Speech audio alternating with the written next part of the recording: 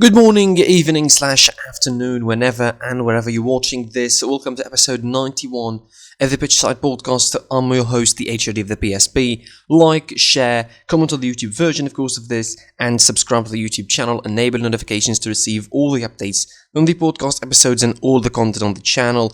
And of course, follow us on social media. I'm at PSP on Twitter, Pitchside Pod on Instagram, and you can listen to this on Spotify, Google Podcast, or any other platform. Welcome to episode 91. Always help us on the way to the first K, and you're welcome.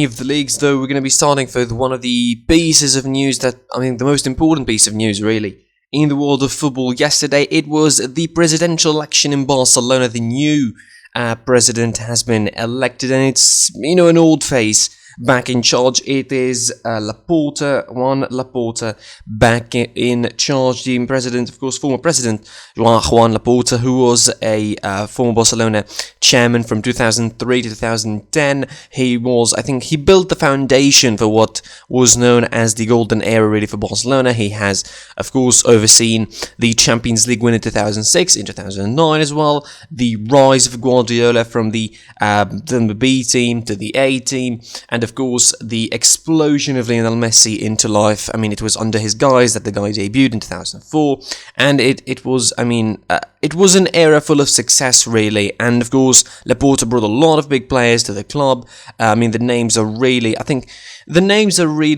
limitless when it comes to those. We don't need to start going on the list, really, but Thierry Henry, Ronaldinho, David Villa, Dani Alves, Eric Abidal, Toure, Gerard Piqué. There was a lot of big names that were brought to that club, really, at that time, and certainly the rise of a lot of other players amongst the club, the likes of Xavi and Iniesta. It was a successful period for Juan Laporta, and he was reportedly elected by a landslide, really, by a big difference. He seemed to be the most successful in that election. Lionel Messi, of course, himself voted, and Juan Laporta mentioned that he was hopeful that this is going to help Messi stay at the club, and this is going to help the club improve, really. He's really optimistic about the future. Juan Laporta, isn't he? And he has the right to do so. Obviously, his first era was successful at the club, and hopefully his second would be as much. Depending on what is going to happen, of course, in the next couple of years. A lot of rumors have been circulating. Nothing seriously real about the project or the plan that Laporta is going to have for the club in the next couple of months, maybe the next transfer window, who he's going to bring. But of course, the first priority, I would reckon, is to fix the finances of the club at the moment, because the club is in immediate debt of around 630 million euros, which is not exactly the best look for Barcelona. Hopefully for him it works. Hopefully for Barcelona fans it works. Of course, nobody likes to see a club like Barcelona in a financial crisis, and certainly the first priority, aside from that, is going to be trying to keep Lionel Messi happy, and by definition, keeping him at the club. So hopefully we'll see what is going to go down in the next couple of months, maybe, in that situation. Let's carry on with the same spirit, and we're going to stay in Spain, and we're going to turn our attention now to La Liga, where, of course, the biggest talking point was obviously the Madrid derby, but of course there was some kind of matches around it, and we're going to be talking about them really quickly. In a brilliant match, in a thriller of an encounter, Huesca lost to Celta Vigo 3-4 at home. It was an incredible game of football, really. Celta Vigo took the lead by Santamina in the 5th minute before Huesca made a comeback and took the lead 2-1 inside 16 minutes by two quick goals from Servas and Mir. Nolito came back to equalise before the end of the first half at 37 minutes. Then, of course, Hugo Mayo made it 3-2 for Celta Vigo, and then Ferreira in the 74th minute made it 3-3 between the two sides. However, it wasn't to be. Fran Beltran managed to score the fourth inside 76 minutes, of course, giving Celta Vigo the all-important 3 points. Now Celta Vigo now stand 9th in the table, of course, 33 points, while Huesca are still in the relegation zone, but not exactly out of everything. Like, they still have hope in in saving themselves and staying in La Liga this season. Real Sociedad, of course, defeated Levante 1-0. The single goal from Mikel Merino in the early goings in the 10th minute, thanks to assist from Mikel Oyarzabal. The Real Sociedad, of course, dominated this game. Unfortunately for them, they're out of the Europa League. I mean, they are a decent side. They were an incredible side to watch, and, the fact that they're not in Europe anymore, just sucks. But again, they were out to a better team in Man United anyway. They dominated the game, they completely suffocated Levante, and they had the goal to show for it. The one bad thing is probably that they couldn't score more than one goal. And Athletic Bilbao also managed to defeat Granada at home 2-1. It was a hard game for Athletic Bilbao. Villalibre opened the scoring in the 3rd minute. Granada waited late on. Jorge Molina equalised in the 78th minute, and as everything was indicating that the game was going to go to a draw, Alex Berenguer, coming from the bench to score the second goal for Athletic Bilbao, came on the 84th minute and scored in the 91st minute of that game, of course. 2-1 for Athletic Bilbao, and this is an important victory for a lot of reasons, really, not least of which the fact that they face Atletico Madrid on Wednesday in a rescheduled game from round 18, of course, and that transitions us, I think, swiftly to our biggest point here in La Liga this week, which is the Madrid derby. And obviously, I think the Barcelona fans have been waiting. And Barcelona fans, I think, were probably more interested in this derby than a lot of Real Madrid and Atletico Madrid fans were, because Barcelona fans, we talked about Barcelona being out of the title picture, talked about Barcelona not being in the in the title picture strongly, not having their presence felt, talking about Barcelona, where will they make a top 4 or not? But indeed they are making a top 4, and according to this result, and according to everything going on, we're going to have a title race going down to the wire between the three of them, and it is a lot, for a lot of reasons. But let's get back to the derby first, before we talk about the relationship of that derby with Barcelona's hopes. I think this is a game that was for an hour or so. It was unexplainable. You don't know where the momentum was going, really. Atletico Madrid started really, really strong. They started on the front foot. And for a side that under Simeone hasn't been exactly, exciting, saying that they started on the front foot is quite the change and quite the transition. And quite the surprise, really, if you want to say, because Simeone isn't exactly a coach that is known for, going forward and, playing exciting football, playing, sexy football, if you want to call it. But they did that. And, of course, Real Madrid started playing really high, thinking that Atletico Madrid are going to be their usual self, sitting deep and sitting, defending in the back. They didn't. And, they were caught behind their lines. A brilliant pass from Llorente, Luis Suarez with a great run in behind, and a great finish with the outside of the right boot as well. 1-0. Barcelona fans, I think, at that moment were really pissed off, because seeing a guy like that leave the club and seeing what he's contributed now for Atletico Madrid is just ridiculous at the moment. The guy is in incredible form, second top scorer in the league behind Messi with 17 goals, and he could score even more. The league is not over. Obviously, probably he's going to score 7, 8 goals. Potentially going to end on a 24-25 goal range there. So it's going to be interesting to see how he's going to contribute more to his side. And then, of course, Atletico Madrid sort of dropped back a little bit, allowed Real Madrid to have more possession, more pressure, but not really, stingy chances, not really in terms of dangerous chances.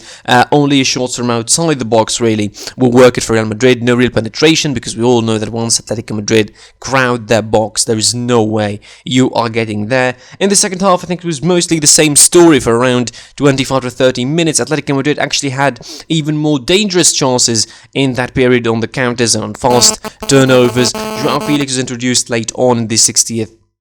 Around the 64th minute, João Felix was introduced in that game, and it was... and for some reason Atletico Madrid became worse when João Felix was introduced, and I don't know really, how I can say this, but it is like that. That is what it is. João Felix, when he was introduced, Atletico Madrid became worse, and they became more static. I think the fact is that it's obvious when you see the summary of the game. he took Joao Felix in, and he put Joao Felix in for Yannick Carrasco. I think he made the wrongest of wrong substitution here.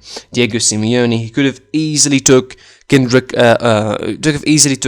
Lemar out of the conversation, and it would have been simple to put him alongside Luis Suarez up front and just put him in the place that he likes and play, with the likes of Carrasco behind him and Koke behind him and Correa behind him, and you easily could have a very, very balanced sort of lineup, but he didn't.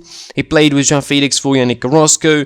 Atletico Madrid became all over the place in the last 15 minutes, and Real Madrid, of course, capitalizing on that late on in the 89th minute, when all was said and done, really, when all seemed like, okay, Atletico Madrid are going to be winning 1-0. It's going to be one of those gritty 1-0 wins for Atletico, classic Simeone style.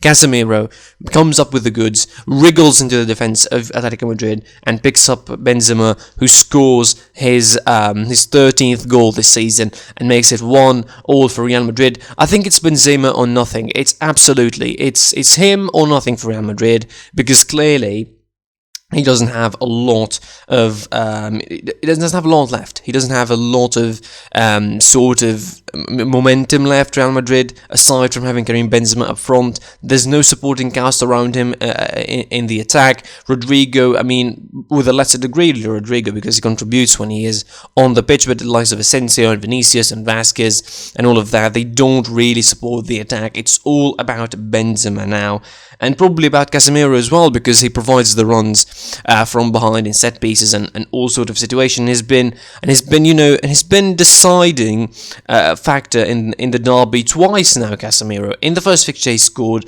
and in the second fixture he makes the assist. So this derby, I think, is, pretty important, keeps everything alive in this title race, keeps, Atletico Madrid 59th point, and of course, with the game against Bilbao on Wednesday, you don't know what could happen. They lost to Levante now at home, they dropped points to Real Madrid at home, and their form is simply bad, like outright bad, because this is, in their last 4 home games, this is now 2 losses and 2 draws as well. The last victory at home was against Valencia, and that was in early January. That seems like a long while ago, considering that we are in mid-March almost. So this is a bad form for Atletico Madrid, and again, the only, probably the biggest winner of this derby actually is Barcelona. They're now 3 points of Atletico, 2 points ahead of Real Madrid, and of course, now with Atletico Madrid going to be playing Athletic Bilbao, all matches are going to be played now for the 3 teams, and we're going to see how things are going to be standing in La Liga. Fixtures, of course, still to continue with Real Betis playing, Elche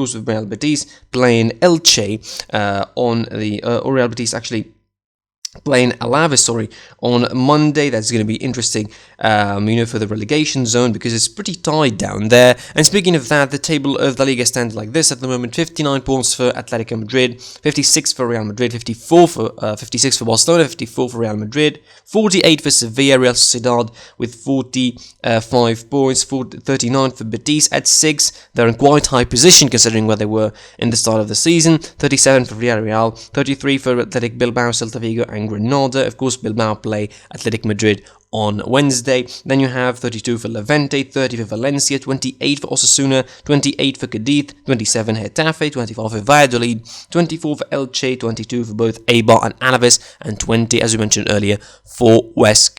Staying in the spirit of derbies, and we move on to the Premier League, of course, but not before talking about a side that is at the moment is just experiencing his worst period, I think, in a real while. West Brom first drawn against Newcastle 0-0. That's a game that I won't care about, and really nobody will care about. Anyway, here's what I'm going to care about: Liverpool losing again at home to Fulham 1-0. It is seriously getting frustrating. It is getting irritating, infuriating, I don't know, whatever you're going to call it for Liverpool fans.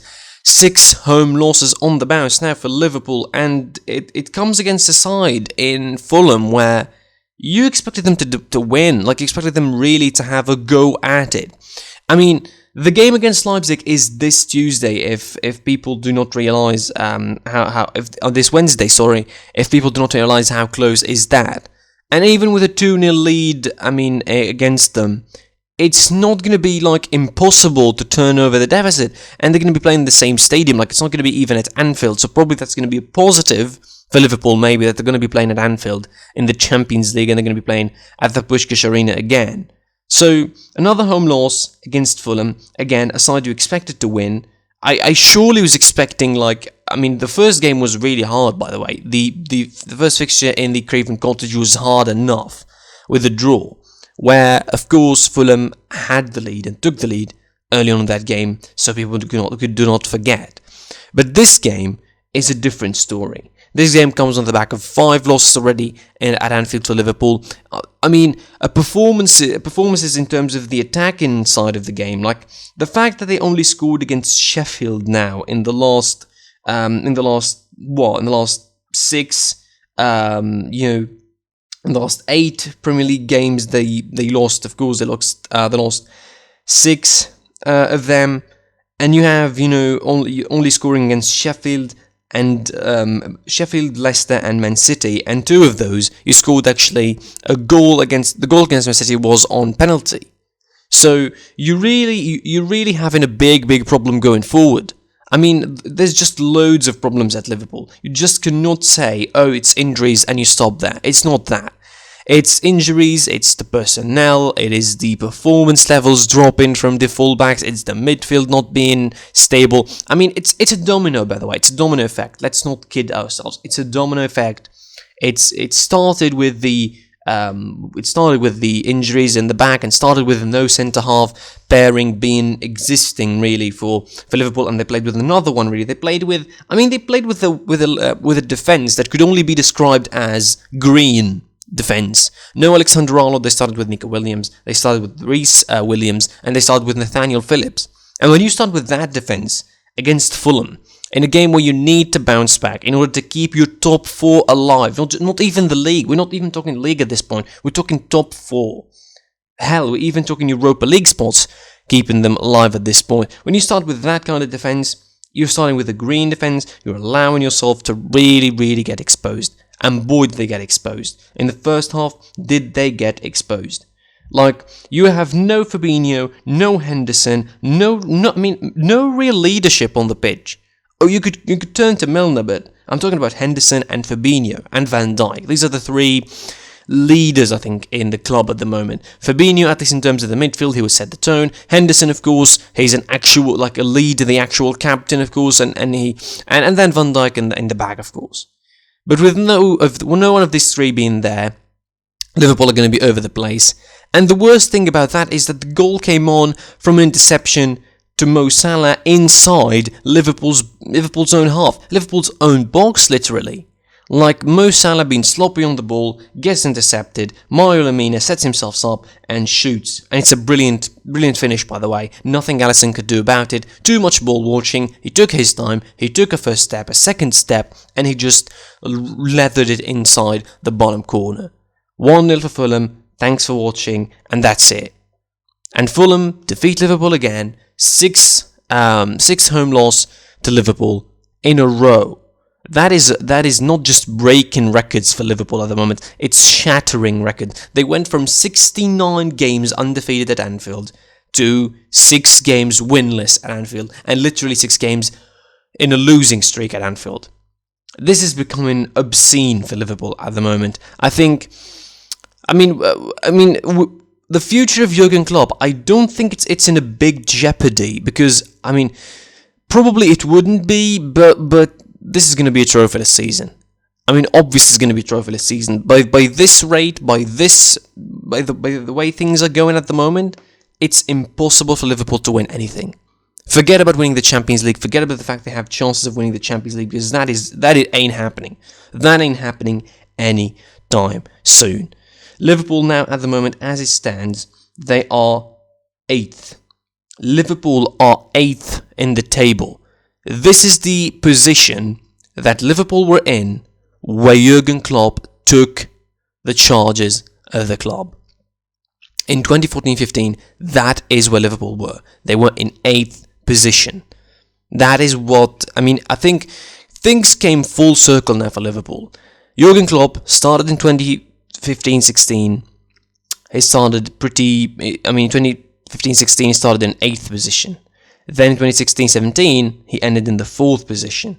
Then in 2017-18 he ended in the 3rd position as well as reaching a Champions League final. Then 2018-19 he ended behind City and winning the Champions League. And then of course he ended in 2019-20 by winning the Premier League by a big margin, by a landslide.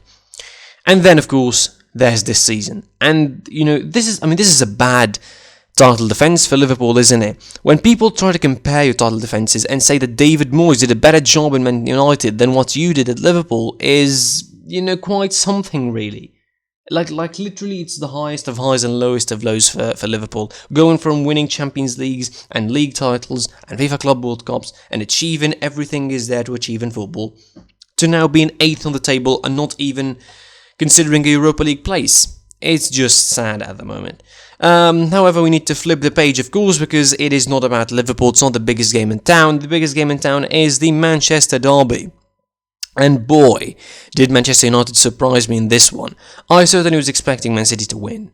And probably 70 to 80% expected Man City to win. You know how is that? Because all of the fantasy players really picked Manchester City players in their lineups. And I certainly was one of them.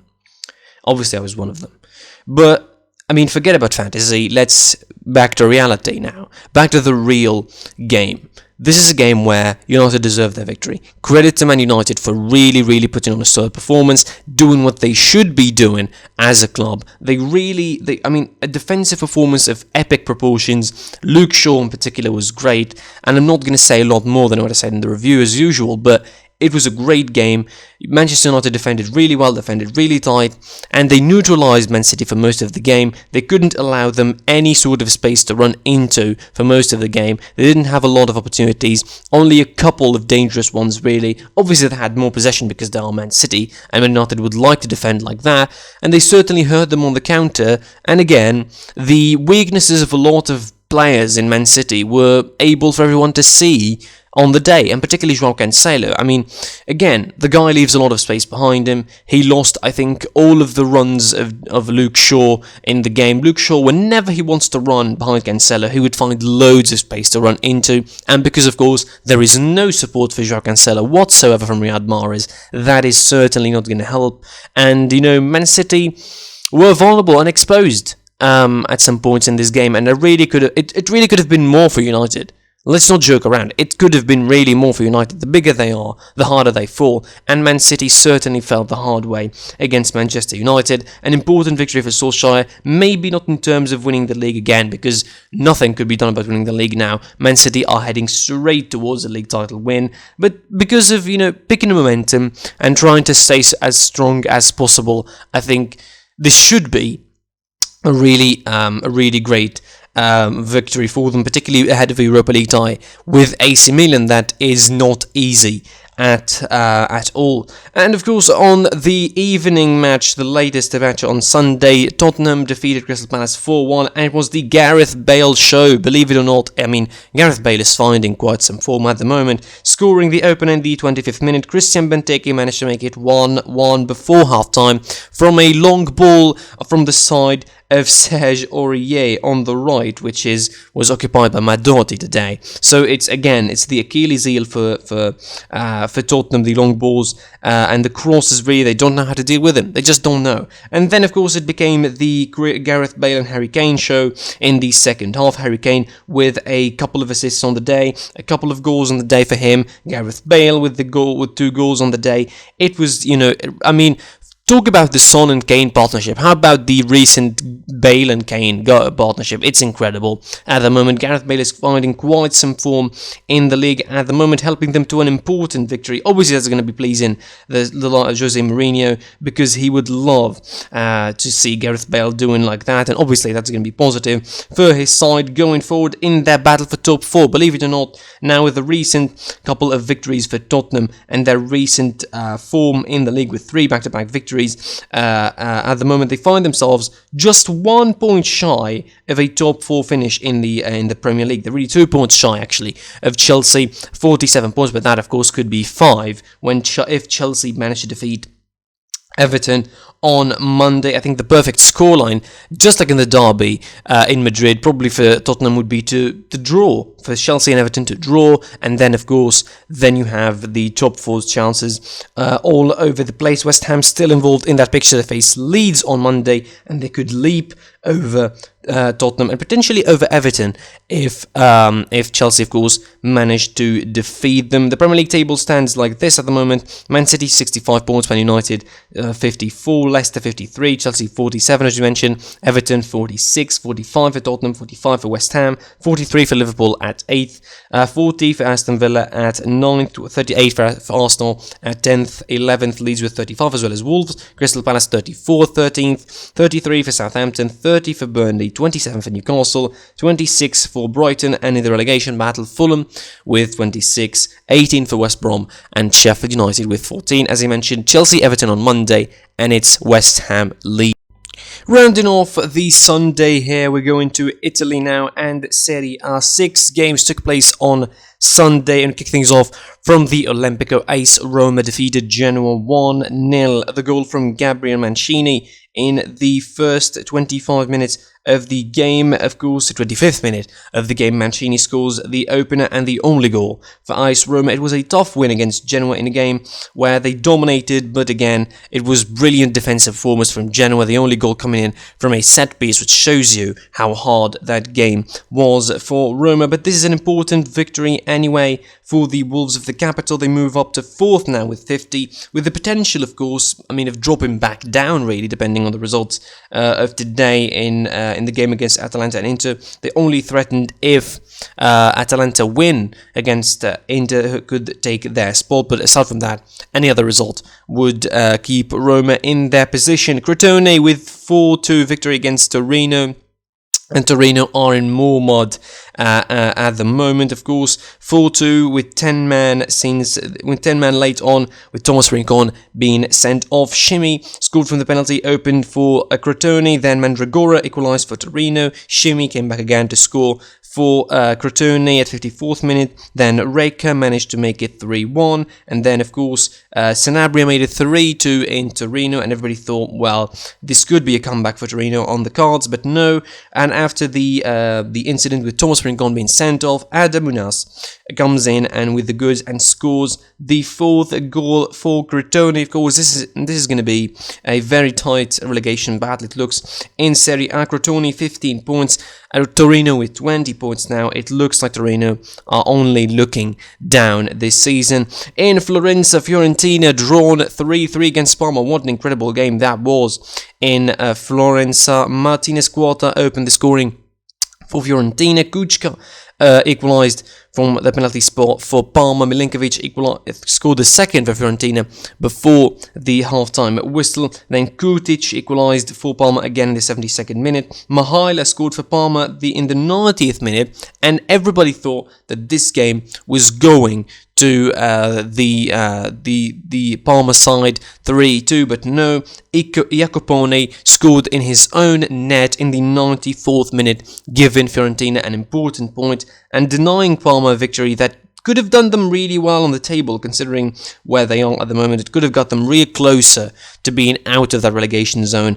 Anyway, Verona, of course, against AC Milan, I think the biggest game of the day, really, in terms of the top of the table. Verona hosts AC Milan, a side that was, going through a rough spell at the moment, with injuries and the Europa League coming against Manchester United, all sorts of problems, but AC Milan managed to defeat them 2-0. Beautiful goals from both Radi Krunic and Diego Delo. The free kick from Krunic in particular was amazing. It was beautiful, and I think this could be one of the weapons that AC Milan could use against Man United if things are going to be locked down, and if Man United will play the classic game of sitting deep and playing on the counter, as we discussed in the Premier League earlier. Diego Dalot with the second goal, brilliant finish as usual as well in the 50th minute, and that's your lot for AC Milan. A game where, by no stretch of the imagination, they were the better side, really,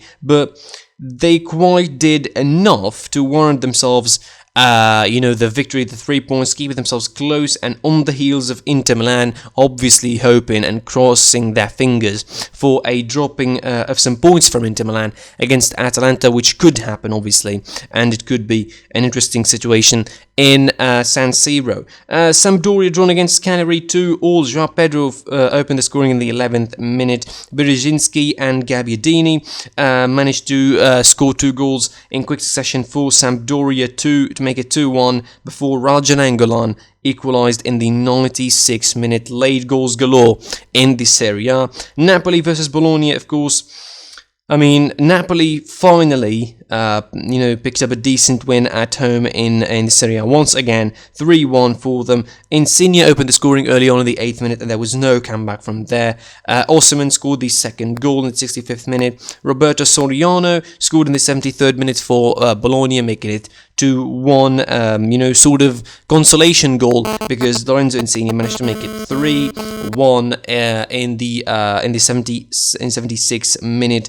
That is 3-1 for Napoli, an important victory for them. It keeps them pretty close as well to the top 4 conversation. It is pretty tight at that table in the Serie A at the moment. Of course, I think behind AC Milan, the 4 teams behind AC Milan could swap places probably each week until the end of the season in terms of that top 4 conversation. Of course, with Inter playing against Atalanta on Monday, that could also have an effect on this musical chairs game going on in the Serie A at the moment. Before we go, the Serie A table looks like this, of course, ahead of the next round. Inter Milan with 59 points, AC Milan 56, Juventus 52, Roma 50, Atalanta 49 at 5th, 47 of course for Napoli, 43 for Lazio, 38 for Verona, 36 Sassuolo, 32 for Sampdoria and Udinese, Bologna with 28, 27 for Genoa, 26 for Fiorentina, 26 for Spezia, 26 for Benevento as well, 22 for Cagliari, Torino 20, Parma 16, and Crotone 15 at the bottom of the table. Before we go, 2 matches took place in the Bundesliga. Before we go, Köln 1-1 against Werder Bremen, and Arminia Bielefeld drawn 0-0 against Union Berlin. That's it from me for this episode. Always avoid the HID of the PSP. Like, share, comment on the YouTube version of this podcast, subscribe to the YouTube channel, enable notifications to receive all the updates. Follow us on social media, PSP on Twitter, Setworld on Instagram, and you can listen to this on Spotify, Google Podcast, or any other platform. And until next time, I'll be seeing you soon. Goodbye.